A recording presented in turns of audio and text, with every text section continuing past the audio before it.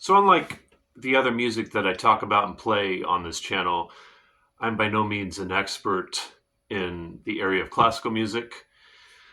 While I've been listening to it since a pretty young age and did study it in music school a little bit, composed a lot of different kind of pieces, and I've been playing classical guitar for about a year and 7 months now.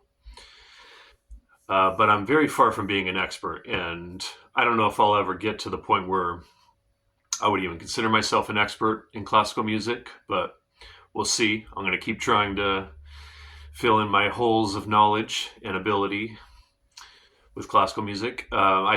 Recently rewatched this interview with the great pianist Brad Meldau, and he was asked about Bach, and he was very hesitant to start speaking about Bach because he said he doesn't want to sound like an idiot.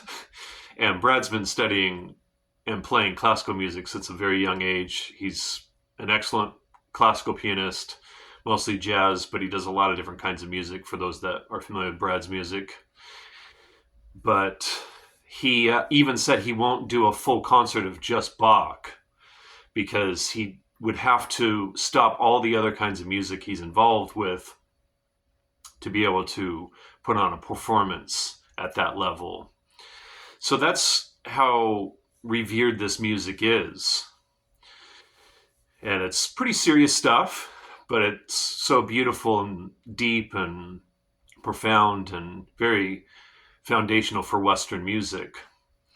So I'm just going to list my 10 favorites at the moment and talk about some other recordings that I think are important. I'm by no means going to, I'm barely going to scratch the surface of classical music, but these are some of my favorites. And yeah, so I thought it would just be fun to talk about this stuff. This is outside of the category, but the earliest memories I have of listening to music is actually listening to the music in the 1989 Batman movie with Michael Keaton and Jack Nicholson. Danny Elfman composed the music for it, and I recently got a recording of the score, and there was two different recordings from that movie made because there was the music by Prince and then there was the music by Danny Elfman. And so this is really cool. If you haven't listened to it, it's all the music that Danny Elfman created for the film. And so he's always been a part of my awareness of classical music. Now, at the time, he wasn't writing specifically orchestral music, symphonic music, which he did later, but which I'm going to get to in a minute. But yeah, thought I would just share that. That's part of my deep musical roots. And these are kind of in order of preference, my top 10 here. So I'll start with number 10, but I really like all of these a lot.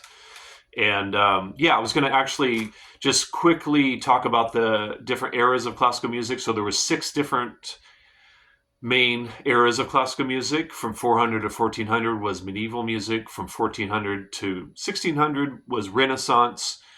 1600 to 1750 was Baroque. 1750 to 1820 was classical. And 1820 to 1900, Romantic. And from 1900 until now, modern or modernism. And within modernism, kind of like the other eras, but modernism has sub categories, and probably the two most important are Impressionism and atonalism or atonal. Those are kind of like the main ones, and then there's Primitivism and also Neoclassicalism. And yeah, so those are the main 6 eras of classical music. And of course, like with jazz, in my top 20 jazz recordings, there's blurred lines with all those periods. But yeah, so Bela Bartok, his violin concertos, this recording, really wonderful stuff. Bartok is part of the modernism period. He's from 1881 to 1945. Concertos are some of my favorite pieces. For those that don't know, concertos is orchestra with a featured solo instrument. So piano concertos or violin concertos are pretty common. All right. And then Dmitri Shostakovich. I'm a big fan of the Germans and the Russians when it comes to these composers. But like Bela Bartok and at least one other, I am drawing from other areas of Europe. But yeah, so this recording, conducted by Leonard Bernstein. This is fantastic. And well, all of these are fantastic. But and then Claude Debussy, this recording, which has a lot of his more well-known pieces. One of them I know how to play on guitar, Clair de Lune, beautiful piece. On here, it's a solo piano piece. And yeah, so this one has a lot of his well-known compositions. So it's kind of a nice collection here. And then this 2 CD collection of Sergei Prokofiev, another Russian composer. And this one,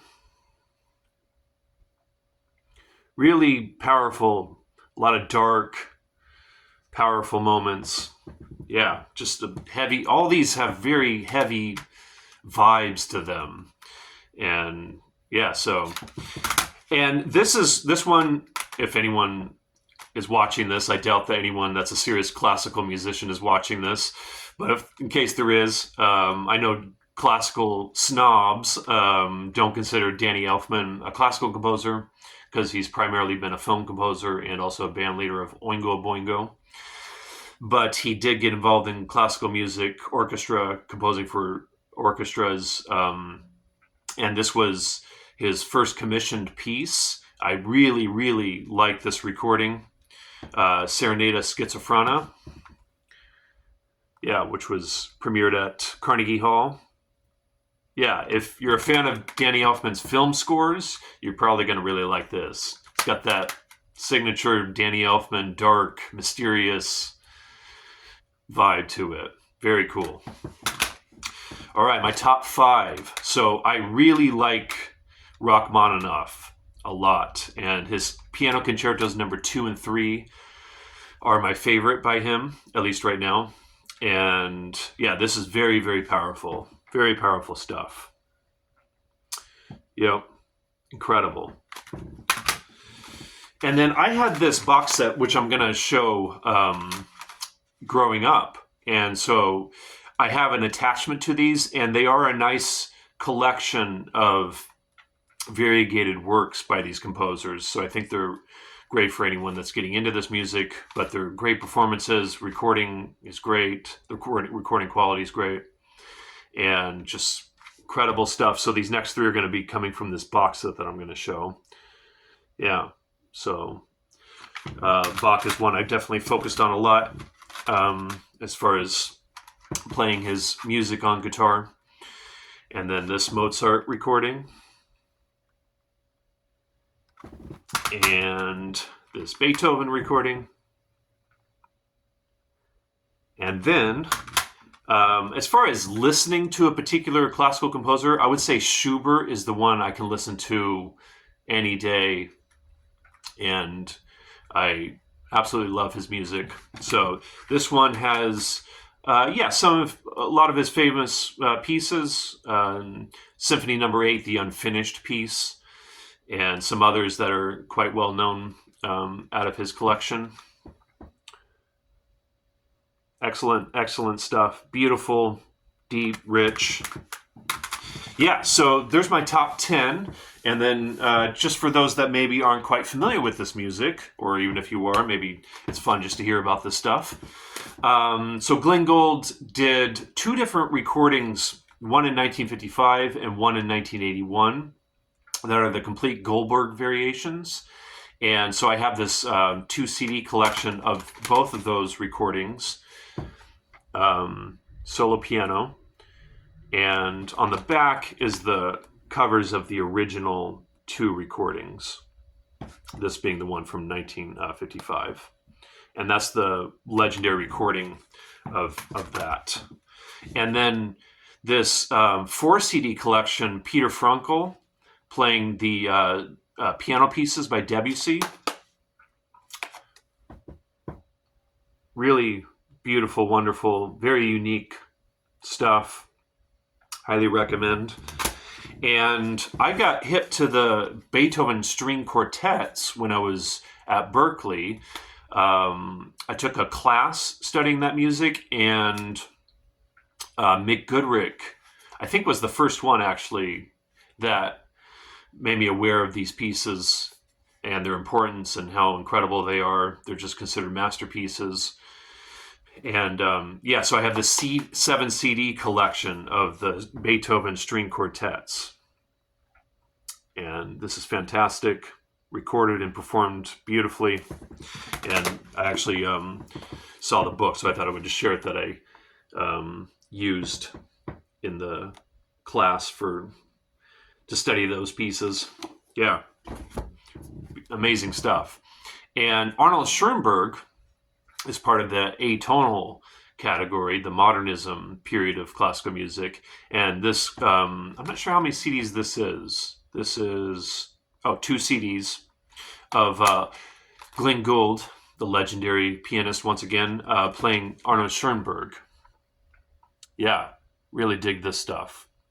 And I think, one is solo piano, 1 CD is solo piano, and the other one is with orchestra. So it's a really good collection if you're interested in checking out Arnold Schoenberg, a nice collection of Arnold Schoenberg's pieces. Gives you a nice kind of cross-section.